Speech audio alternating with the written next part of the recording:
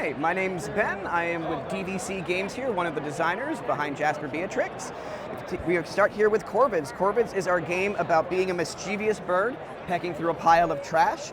To start, the game sets up pretty simply. You take all of these item cards and you dump them all over the mat, covering up these bird nests, and then you're going to take your feather tokens and season your board with feathers.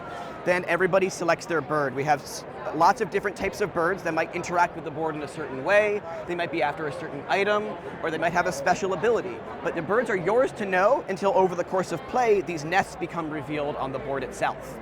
Now, every turn, it's a two-step turn. You peck, and then you pick. You use your fingers or the set of tweezers supplied in the game here to flip cards over and rummage through the deck looking for what your bird might be after. And once you find something, like my bird happens to really like this acorn, I'm going to add this to my pile of shinies. The items themselves have set collection bonuses or might interact with your bird or the board in a certain way, but as you gain these items and put them in front of you, and players begin reducing the amount of items on the board and these nests become revealed, any feathers that you happen to gain by picking up a card with the feather on top, you can then use to steal from other birds and complete the sets that you're after. So it's a set collection style game with that dexterity element and scoring for points, and once you gather all of the trash and count it up, the player with the highest amount of trash wins. And for all of our games here, we make sure to include a rules reference in the lid of our box so that it is always available for you to see and you're not worrying about extra pieces on your playmat. There's always a rule book inside, but the reference will always be here for all of our games. Now let's go down the line here. This is Scream Park. Scream Park is our card drafting game, similar in style to games like Sushi Go, if you've played those before, with the exception that you're playing 2 cards per turn instead of 1. You can take these cards, which have over 100 unique custom art pieces, no repeats on any card, and you're going to build out your tableau by beginning to start the scene and then adding in underneath supplemental actors, bits of scenery, bits of set design to complete the requirements to meet your room. So while that's one of the scoring metrics, every round a VIP will be coming through your haunt and is expecting different things. So the VIP in the first case, the review blogger, would only advance if your scene has met all the requirements listed above that number. So if the scene is complete, the review blogger can then enter the room. And you notice here that we need 2 knives and a book, but we only have 3 knives, so the review blogger wouldn't make it to the next scene. But for the monster fan, which would be the next turn, they only advance if there's eyes present in the art of the next card. So the guy pops over here, there's some eyes right there, there's some eyes right there, and then he would make it all the way to the end with a high scoring turn 2. These are public knowledge the entire game, all 3 VIPs, so that if you want to plan ahead for a high scoring turn 3 or a really powerful turn 2, you can absolutely do that. We've built this card drafter with the casual and hardcore player in mind, so that if you want to build a haunted house just aesthetically, making it look how you like, it will score a pretty good score. But if you want to break this game down, start matching symbols, getting collections, really mathing this game out, the depth is there for you to break this game down and really enjoy. And this game is available now, as well as Corvids. In terms of the next ones down the line here, Signal is our tribute to the movies like Arrival and board games like Dialect and Xenotype. One player plays the alien who has come down from the stars to communicate through symbology. The players know, the scientists rather, know that they need to receive this signal with these shapes, matching the rules here that the shapes are not touching, the shapes are in a line. And one player plays the alien who on the back of the card has knowledge about what to do when white and black tokens are placed on our playmat.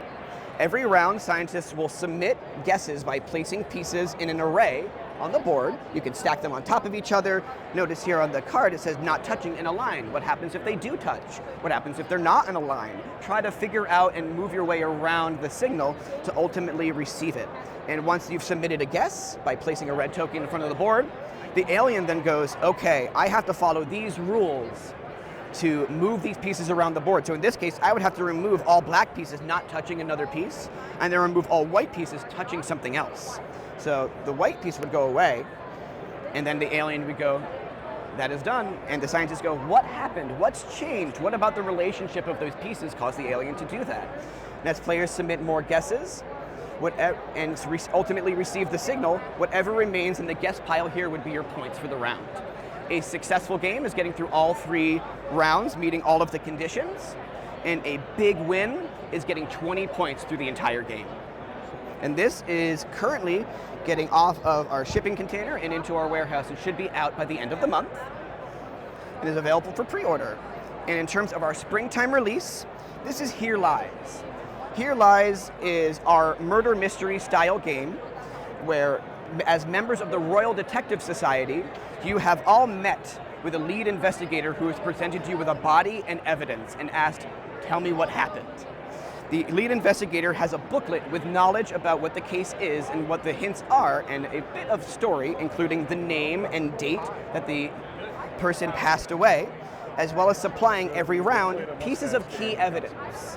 And each round, you have an allotted amount of these time tokens to utilize abilities from your investigators. These investigators are pulled throughout history, pulled throughout culture, and throughout the world, so that there is a wide array of different investigative styles and methods to all work in different ways to gather pieces of information to make guesses about what has happened here.